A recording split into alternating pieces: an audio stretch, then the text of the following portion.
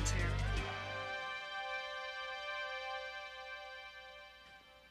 Professional rescuers are trained for almost any emergency, but sometimes there are dangers even they can't foresee. I'm William Shatner. Tonight, true stories of life and death crises and the people who make a difference on Rescue 911.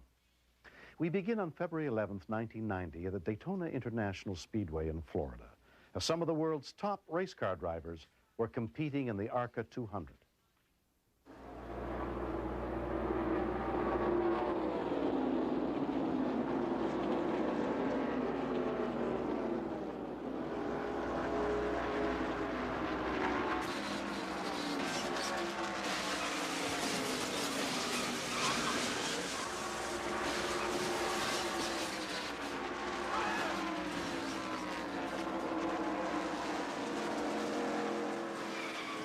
It really had been a nice, quiet race.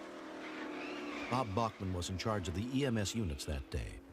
We had 12 ambulances dedicated just to the track itself, not counting the grandstands. Suddenly, car 95 spun out of control and started the worst crash in the race.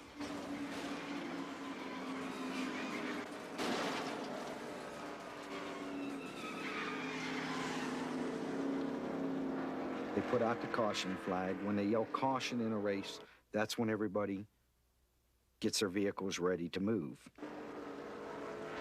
But before rescue crews are allowed on the track, Watchtower Commander Jim Bachhoven has to give the signal that it's clear to move. We got a caution. We got a caution in 4. I started looking around the racetrack to see if the cars were slowing down before I started to send any emergency equipment.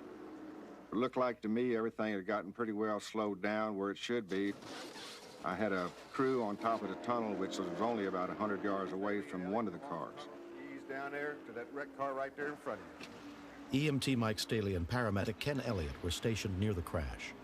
Once we got that clearance, we headed towards the first car that seemed like it had been damaged in the accident.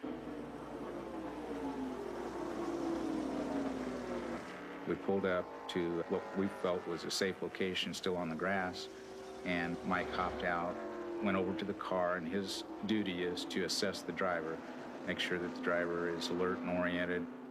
Our routine is to maintain eye contact so that the person remaining with the ambulance can bring any type of equipment that would be needed.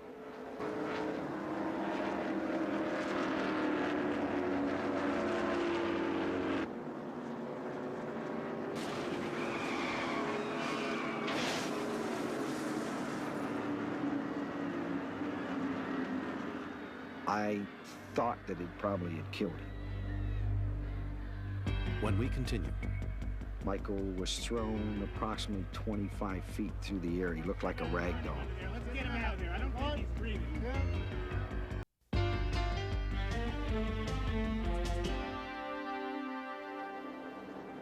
when a race car spun out of control during the ARCA 200, the subsequent crash caused a member of the Speedway medical staff, EMT Mike Staley, to be struck by a car.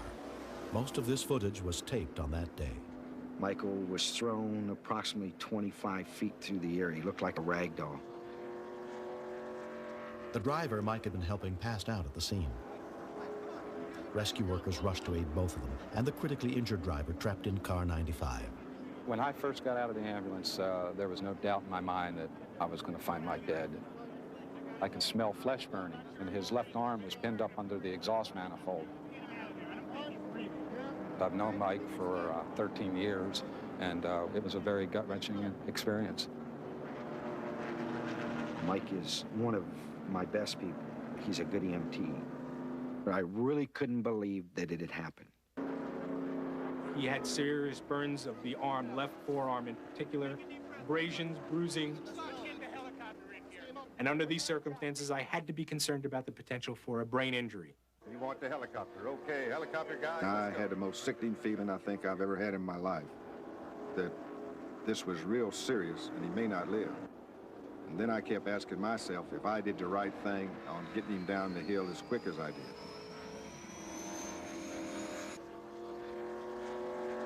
The driver that Michael was treating went down, so we had to send somebody to him. But that driver was not seriously injured. We estimated that the car that hit the car that he was standing next to may well have been going in excess of 160 miles an hour at that time. Get a collar on his neck.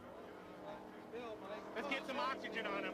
In our profession, we don't actually see the incident happen. This time I was sitting roughly 50 yards from it, and it was somebody that I know and are very good friends with, and it was very hard. The medical helicopter was stationed only seconds away. He had a very badly comminuted compound fracture. What that means is the fracture was open, and the bones were now exposed to the dirt on the ground, and to some extent the burns suffered by the heat of the impact. We cut his pants off and put the mask suit on in anticipation of possible internal injuries.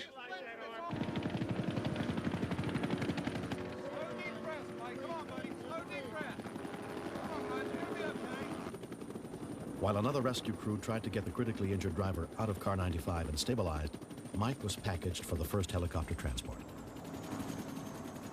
Dr. Steve Levine was supervising. The most fascinating thing was how regimented Mike was at the time of his accident. Although he knew he had been badly hurt, he had his wits about him enough to be able to tell me what was bothering him and responded very, very appropriately to the questions that I asked him.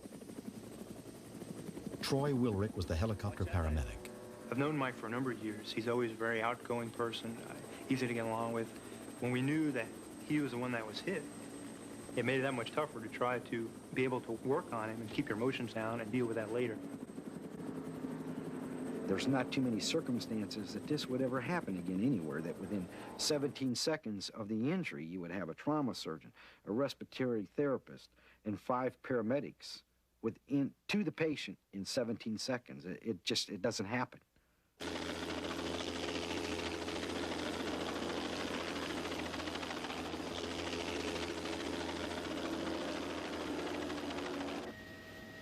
Once I received him in a helicopter, he started to wake up and now would respond to me. I said, Mike, can you hear me? Once he looked at me and said, Troy, okay, I know who you are, it was a sigh of relief that he was not critically injured, but serious.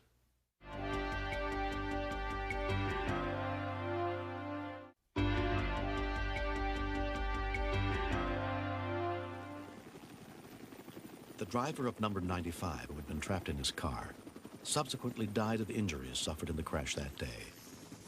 But Mike's life was spared. Having witnessed the accident, I was amazed that he was going to survive. The fact of the matter is that he's extremely lucky. There's no question about that. Mike arrived at Halifax Medical Center with 2 broken legs, 2 smashed kneecaps, 2nd and 3rd degree burns, and a left arm so badly destroyed, doctors feared they might have to amputate. He needed immediate attention to this arm, requiring irrigation and cleansing of the wound and stabilization of the fracture. He wanted to make sure before he went into surgery that somebody was with his mother, and so I told him that I would go stay with her in the waiting room until he got out of surgery. When I first saw him, he was wrapped in blankets, and it was very scary. He knew me and seemed to be alert, and he said, "Don't worry, Mom, I'm going to be all right." I never felt a black shadow of death over me. I only tried to absorb the positive thoughts of the people wanting to absolutely do their best for me so I would live. If I lost my arm, I would have lost my career in the fire service.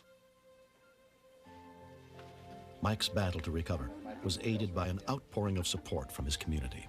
The fact that the elementary school students remembered firefighter Mike when I introduced a life-saving program called Learn Not to Burn just made me feel great. Receiving cards from friends that I made at the National Fire Academy 8 years ago and said, we're praying for you, Mike. We're thinking about you. Huh?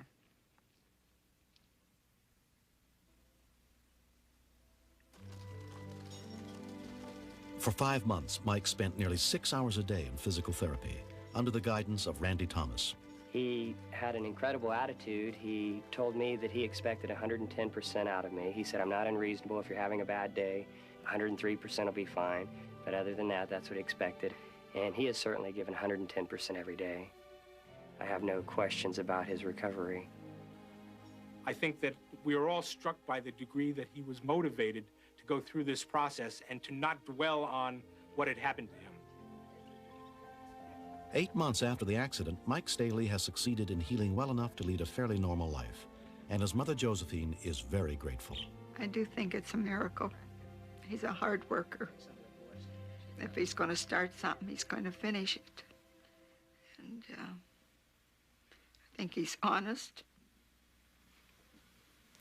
And he's very loyal to his friends.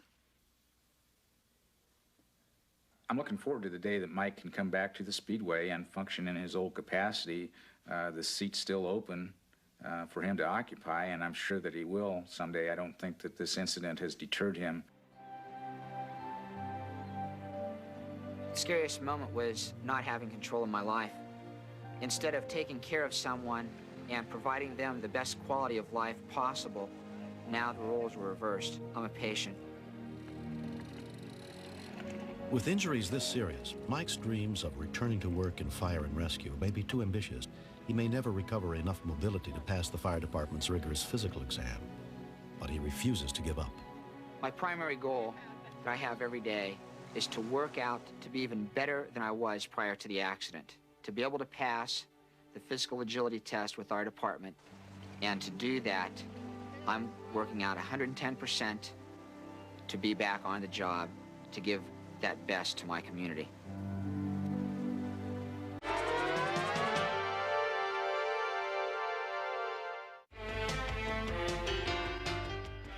Next, step inside the command center where the calls for help are answered and meet the real-life heroes who save lives. Stay tuned for another episode of Rescue 911, next on Discovery Health Channel. Real life, medicine, miracles.